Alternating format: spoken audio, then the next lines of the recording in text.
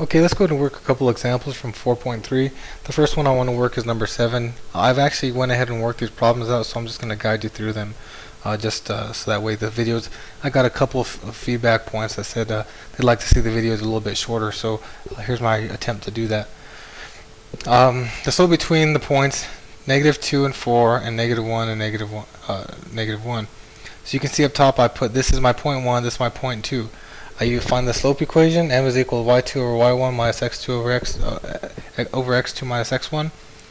Here y2 is equal to -1 minus y1, which is 4. So -1 minus 4 over x2 is -1 minus x1, which is -2. And this turns out to be +1. -5 over 1 is equal to -5. So the slope of this guy is +5. What I've done right here is I've actually went ahead and plotted the lines for all these problems down in the right corner. This guy's plotted in red. I plotted the 2 points and then drew a line to connect them so you can see the points. So here's the 2 points, one right there and one right there, and if I draw a line, we see it's like that. And we see it's a negative slope because if we put a ball on there it would roll to the right, and it's pretty steep. It's steeper than 1. A slope of 1 is at a 45. A slope of -1 is going at this 45. Usually when anything's higher than 1, we say it's a pretty steep. When it's less than 1, it's a pretty shallow. This one looks pretty steep. And of course our answer was -5, so that's a negative slope, kind of steep. Number 23, given the set of points, a line to go through the set's parallel. So we have 2 points. We've got to just use our slope equation. We plug in y2 minus y1 over x2 minus x1. For the first line, for this guy, we get the slope is equal to 3. When we plug in the point for the second set of points, when we find the slope for the second set of points, we get, again, m is equal to 3. So m1 is equal to 3, m2 is equal to 3. Since the slopes are the same, that means they are parallel. So indeed they are parallel, and I went ahead and graphed this guy in blue, as you can see right here. I said plotted in blue. So parallel lines should have the same exact slope. And sure enough, look at here's one of the lines. Here's the other one of the lines. Here I went ahead and plotted the points out and drew lines.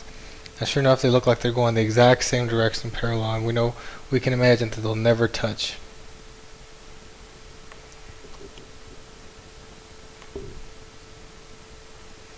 Number 35 determines the lines that go to the set of points are perpendicular, parallel, or neither.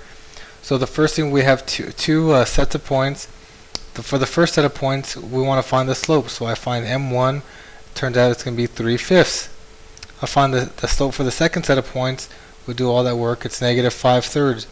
Since we see that the slopes 3/5 and -5/3 are negative reciprocals, we know that these two lines are perpendicular. So I went ahead and plotted these in green.